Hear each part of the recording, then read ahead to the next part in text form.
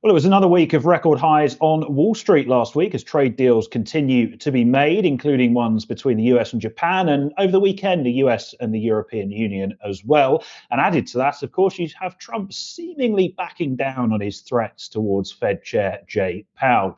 Nevertheless, a bumper week of event risk now awaits, probably the last proper week before we get into the meat of summer markets, as another tariff deadline looms on Friday. The FOMC, the BoJ, and the Bank of Japan are set to decide policy. The Treasury in the United States provide their latest quarterly refunding announcement. We have the busiest week of Q2 earnings season, and not forgetting a packed data docket as well, including the latest US jobs report on Friday. A plethora of things for us to discuss on the trade-off this week. So without further ado, let's crack on with the show.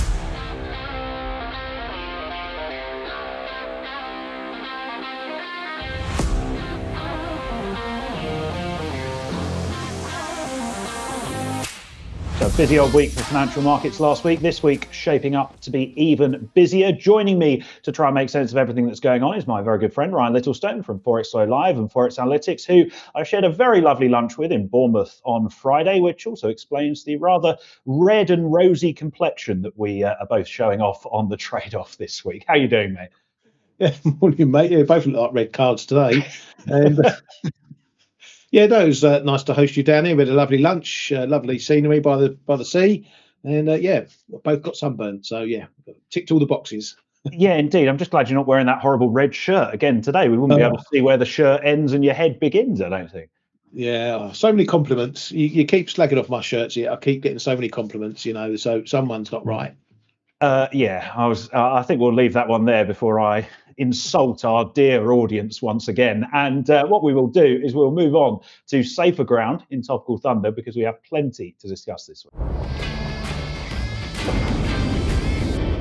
So lots going on. I'm going to get things started with the FOMC.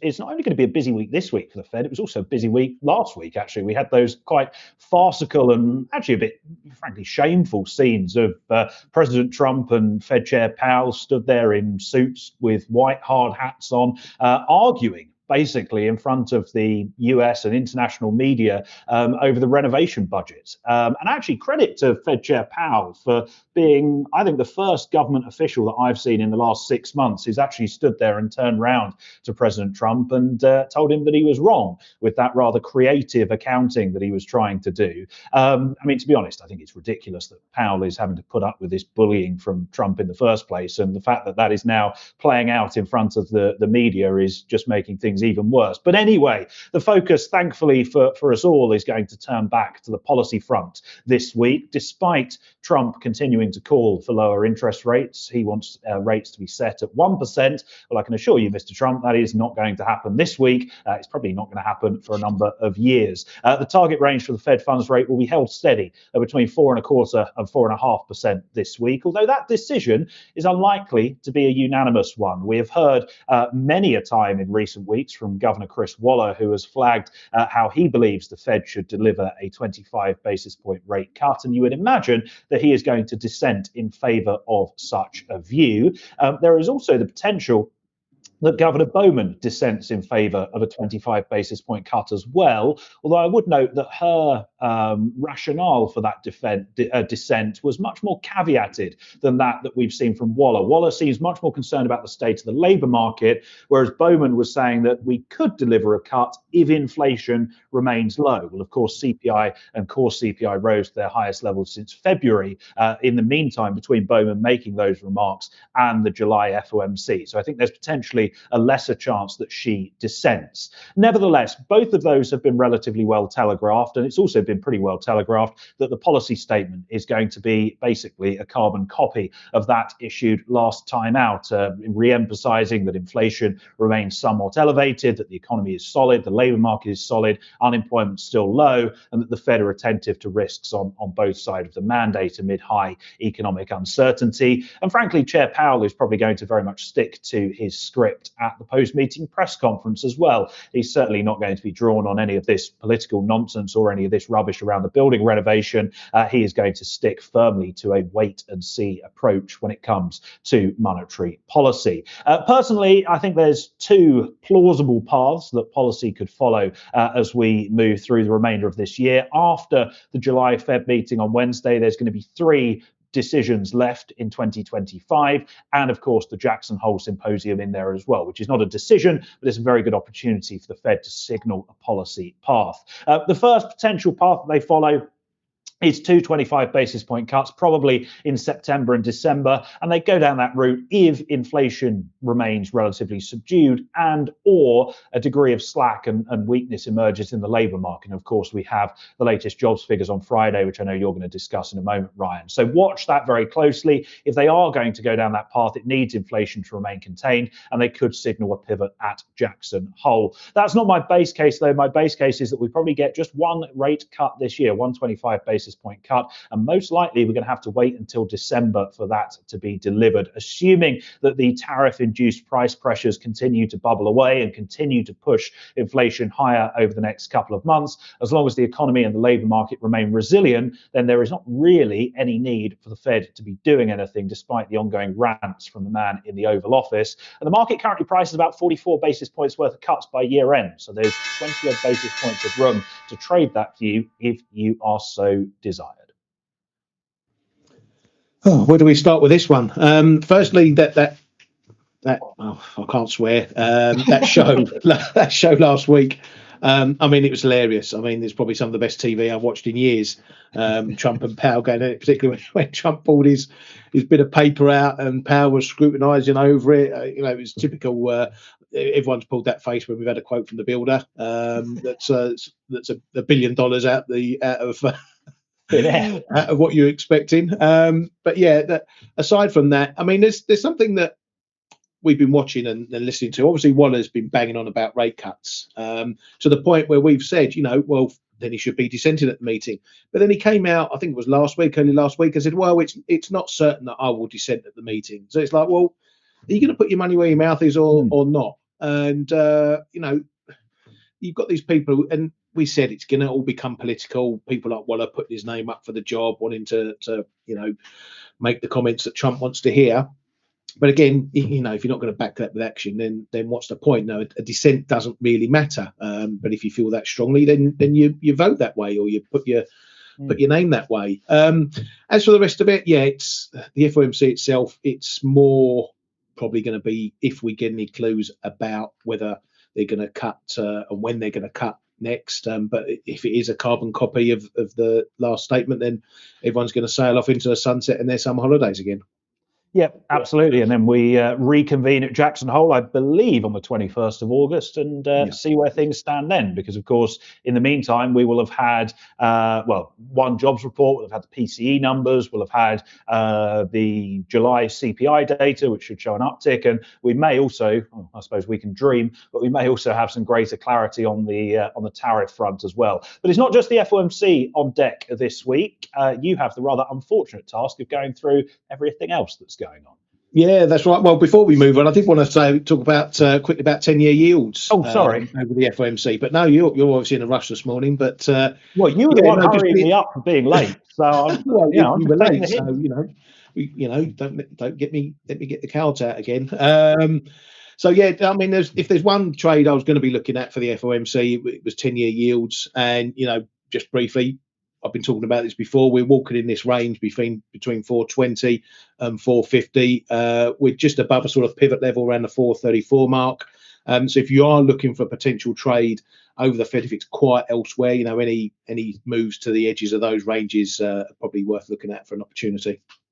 Yes, and also on the 30-year yield as well, similar. We've been between that sort of 4.70 and 5% for God only knows how long now. And again, towards the back end of last week and on Friday, we saw dip buyers coming in at that 5% mark. So potentially one to watch there as well. Sorry, mate. Now you've got that off your chest. Shall we move on? Yes, certainly. Thank you very much, mate. It's going to be a stonking week of events this week. So I've picked really the choice events to watch, the ones that might bring a bit of trading volatility. Firstly, we've got all the central banks. We have the BOC, which is expected to come in unchanged on Wednesday at 2.75%. The Bank of Japan on Thursday expectations are for the rate to be kept on hold. No expectations at all for them to change the rate.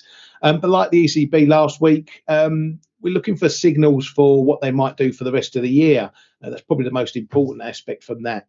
Now, there's already been some stories that the BoJ may still see a hike in them later this year, and especially if we've got over this trade and tariff hump, and that uncertainty is lifted enough. More importantly, it is a forecast meeting, so watch the updated forecast as their inflation projections are rumoured to go higher, albeit down to cost push pressures, which is this temporary thing they keep talking about, like rice prices. So it could be inflation going up, but not the right sort of inflation. We've also then got the key data points this week. Got US consumer confidence on Tuesday. We need to see whether sentiment there continues to bounce back, a bit like we've seen in the Michigan numbers. We've also seen there that inflation expectations have fallen back. So that's what we'll be looking at closely in those numbers.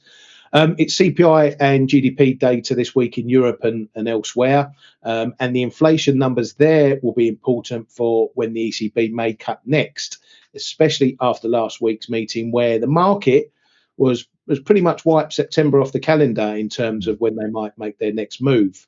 Now, in the US, we get the first Q2 GDP numbers as well, ahead of the Fed, followed by PC on Thursday, which now seemingly every Fed head is coming out and giving their forecasts for. I'm moaning about this. I'm always going to have a moan. Now, one reason for this is that people are saying that once you get the CPI and the PPI data and know all the components, it's easier to make a guess. The general view from them is that PC is going to come in higher, around 2.5% from the 2.3% we saw last month, and the core between them 2.7, 2.8% versus 2.7% previously. So they are there looking for another little jump in inflation. Friday is obviously NFP day. We're expecting around the 105, 110,000 mark from the 147 we saw last month. The unemployment rate is expected to tick up to 4.3% from 4.2, but watch that participation rate because that can affect that unemployment rate.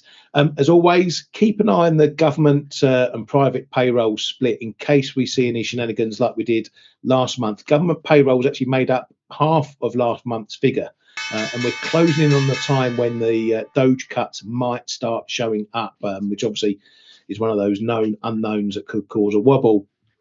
After that comes ISM manufacturing, and finally, don't forget it's end of month too. So all in all, lots to digest, and I'm actually half happy I'm away for it. Yeah, I was going to say you've timed your holiday impeccably there, mate, with all of this going on, and then you're going to come back next week, and it's a completely barren calendar apart from the BOE. Where the hell do we start with that lot? I mean, let's just go in reverse order. I think the jobs report is going to be interesting. I'm not expecting much by way of surprises there. I think the Doge one is interesting because obviously most of those sort of contract buyouts ran until September. So we're still a couple of months away from the full impact of that coming through. The risk, though, is, of course, that the June jobs number, that was largely propped up by hiring in state and local government and potentially some seasonal adjustment with teachers of all things. So if that begins to unwind, then we're really asking the private sector to pick up the slack there. But I certainly don't think there's going to be enough by way of weakness to force the Fed into any action, at least not with inflation starting to bubble away once more as well. In terms of here in Europe, not expecting any huge surprises in terms of CPI. That's going to remain as close to the target as makes no difference at a headline level. GDP, that's going to be very messy on both sides of the Atlantic, but in different directions. Of course, Q1 was skewed lower in the US and skewed higher in the rest of the world because everyone was rushing to get imports into the US before the tariffs went in at the start of April, as it was going to be back then. Of course, that front running is now going to unwind in the Q2 data. So that's going to be a drag in the rest of the world and a boost in the United States. So don't read too much into any of that.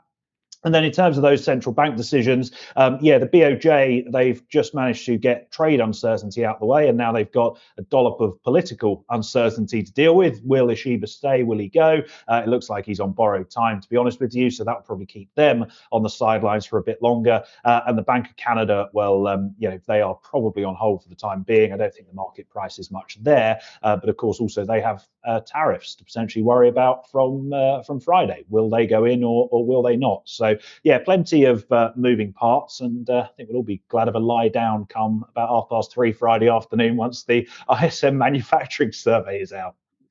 You're going to be here that long? Usually you're done 3:05 on a Friday afternoon.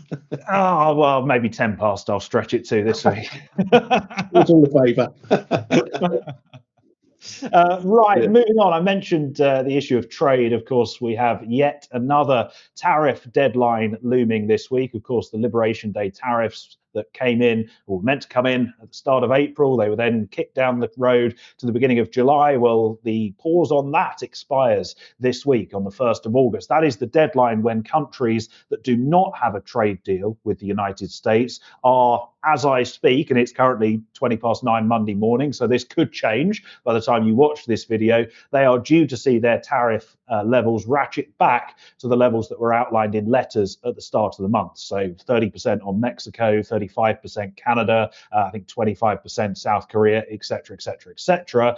We are also due to see a 50% tariff on copper imports go into effect on the 1st of August as well. Now, I would just caution on this. There was an interesting line from Trump over the weekend, who said that they will be sending, and I quote here, confirmation letters to countries this week. Now, maybe that confirmation will just be a cut and paste of what was sent at the start of July. But again, it just says to me there is room for negotiation. There's room for that tariff to come lower. There's room for the 1st of August to become Labour Day, as Treasury Secretary Scott Bessent has been touting in the past. And he even last week was talking about a focus on high quality deals as opposed to just a number of deals being done before the 1st of August. So still lots and lots and lots of moving parts on this one, and by no means even 4 days out is that 1st of August deadline set in stone.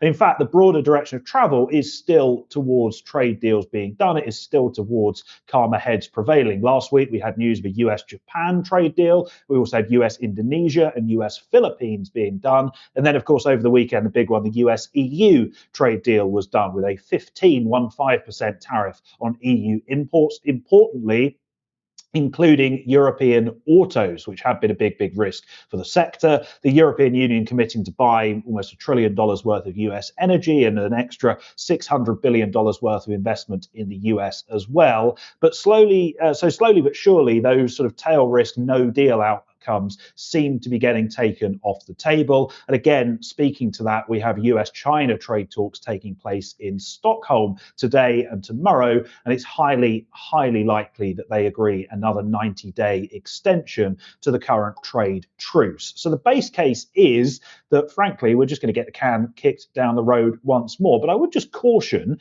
treasuries are kind of calm-ish.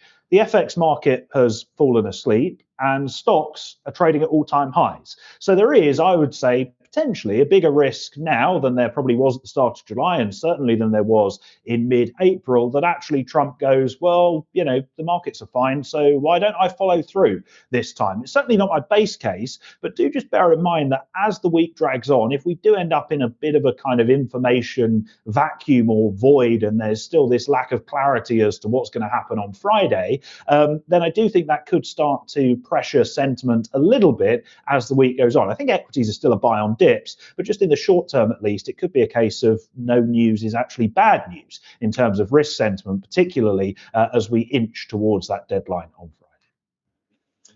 Yeah, I think it's going to be an interesting one, but I'm going to slightly take the other side, because first and foremost, if you look at it, all the big deals are, give or take, signing on the dotted line, getting done. Japan, that's a big one. Europe, that's a big one. China, yeah, we might get a 90-day can kick, but they're still working towards a deal. I mean, with the greatest respect to these countries, no one in the real market gives a monkeys about whether Papua New Guinea gets another letter and whether it's People are tariffs taking you or off their whatever. Christmas card list now, Ryan. Yeah, well, you're off New Zealand, so I'm going to your neighbours. But you know what I mean. It's the market's really focusing on the big economies. Yeah. And Canada and Mexico are still in the mix, so that may still end up being a bit of a crunch point for both those currencies. Although that situation there is different as well because they've got the USMCA to go through as well. So how much are they going to do on this part of the deal when maybe if they have been negotiating? Trump said previously, or Bessent said previously, anyone who's negotiating in good faith could get an extension. So that all might get rolled into the same parcel, and that'll be another can kick. And I think if there's no big negative headlines from all this, then I think the market's slowly going to move away from the trade stuff unless it all blows up again. So, as I say, if smaller countries get all these letters, 35-50% tariffs, I don't think the market's going to pay that much attention to it. It's been interesting to see what's happened with the euro since all that trade deal was announced. We've seen the euro coming off quite a bit this morning. I don't know if that's the market saying it's not such a good deal for Europe compared to, say the UK's only got 10% tariffs on as their baseline, or whether this is just a reversal of what we've seen where the market getting out of the US. Are we now perhaps starting to see players going, well, we're getting over this hump. Trump's getting his deals done. The economy's not doing too badly. Were we a bit too fast in exiting out of the US? And we're seeing a bit of reversal on that. So price action wise, it's going to be interesting to watch how it's playing out and why we're seeing this move that we are today. Yeah, no, that's a good point on the euro. Actually, I wonder whether there's a bit of sort of buy the rumor, sell the fact going on in that one as well. It's also month end, so that could be clouding the picture somewhat before you give me a yellow card for saying that. There are still plenty of moving parts. I completely take your point on those sort of big deals. EU, Japan, China, let's just kind of say that they're done for all intents and purposes. There are still some biggies out there. India, they look to be struggling. South Korea is another one, big in terms of electronic exports, and the Canada-Mexico situation, depending on the USMCA exemptions. But there's also the sectoral tariffs. Obviously, copper going on later this week. Lutnick was talking about pharma in 2 weeks' time. They'll have an announcement. Chips, we don't know what's going on there. Plenty of moving parts, but it does feel like the tail risks are being taken off the table one by one, which is naturally a positive for markets. Anyway, let's move on to a little bit of trading wisdom. Well, I'm going to try with a bit of trading wisdom, but we're entering summertime, and it can be a bit of a funny one for markets because we tend to see volatility dipping, particularly between data points and different events. And once this week is over, we will be well into summer trading. Now, this can be one of the most frustrating times for traders because if markets sort of lock up, finding a trade can be very tough. Now, for me, the key to summer trading is to accept that we're going to get quieter conditions, and we are likely to face that going on for a couple of weeks, probably up until Jackson Hole at the very least. And then you need to look at that and find the strategies that can take advantage of those conditions. And that often means practicing a lot of patience and to not go chasing trades. So while big liquidity players will likely be trading less, and that's what takes away the liquidity, watching the option vols can be an important tool. This can help you identify implied movements over data points and give clues about intraday ranges. So if the option market is sort of only implying a 40 to 50 pip daily range for the euro, then no, they will be active if we're pushing the edge of those ranges. It looks like Michael's already disappeared for the summer, so I'll just continue as is unless he wants to come back. One strategy I often implement in these moments is to focus on the bigger, wider levels and sit back to see if they get tested. There's plenty of setups like that in many assets, so take the time to identify them and set alerts. That way, if things are quiet, you can go and do something else, and you only need to take a look when an alarm goes off. Doing that is very helpful if you are super impatient, particularly. For trading's sake, we still have the orange one to keep us on our toes, so hopefully that will keep the volatility up. But please try to practice your discipline and only pick trades that tick all your boxes, not just half of them. And then hopefully Michael's going to reappear as if by magic.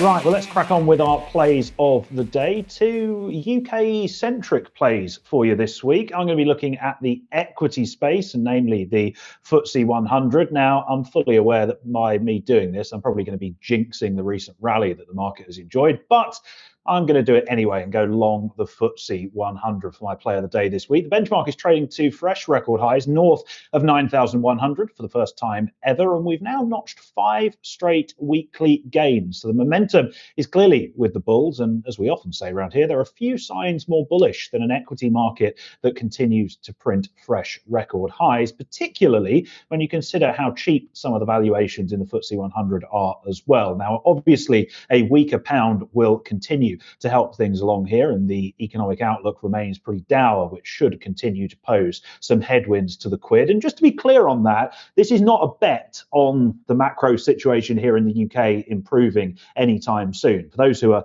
unaware, the vast majority of the FTSE 100 earn the vast majority of their revenue overseas. So this is more of a pure equity play than anything else. And in fact, if you did want to limit the risk on the trade a little bit, then a long FTSE 100, short FTSE 250 spread could actually be a decent way to do so, but also maintain the same overall theme. So here's hoping I've not put the kibosh on the rally that we're seeing in the London market. Ryan, you're looking at euro sterling. Yes, I've had an itch to be long euro sterling for a few weeks now, and have been looking for a decent pullback to get in, but we haven't had one, and I don't like chasing the price higher. My reasoning is that I see no good news on the horizon for the UK economy and the political mess that's getting even worse. Now, I'm not one of those UK perma bears that's all doom and gloom every day, but this is probably one of the most bearish I've been on the UK for many years. So I finally had to scratch that itch last week and jump in with a small buy at market, which was at 86.78. Now, as this is supposed to be a play for this show, I still think there's merit in buying up here if we were to pull back to the sort of 8700, 8720 area, which, funny enough, we're doing right at this very moment. And if that area holds, that's where I'm going to look to add to my position. And it would have been sort of the play were I flat and looking to start the trade, this area, 8700, 8720. Now, this is a trade I'm looking to sit in for a while if it plays ball and over the months ahead, just to see how bad things are going to get. Good stuff. That's actually a view that I would agree with. So do with that information what you will. In any case, that does bring us to the end of another show. Thank you very much, as always, to Ryan Littlestone from Forex Live and Forex Analytics for joining us. Thank you also to our producer, Kyriakos, for bringing things together as brilliantly as always. And apologies for my slightly mysterious disappearance halfway through. Someone is about to go and be battered with a laptop over their head a few times. In any case, I hope you've enjoyed this episode of The Trade-Off. If you have, do leave a comment, drop a like on the video. Let us know how you're trading the markets, or if there's anything you'd like us to discuss in the show next week. And that is when we'll be back, hopefully bronzed as opposed to red in the face, with another episode of The Trade-Off. In the meantime, have a very good week ahead. We'll speak to you then. Goodbye for now.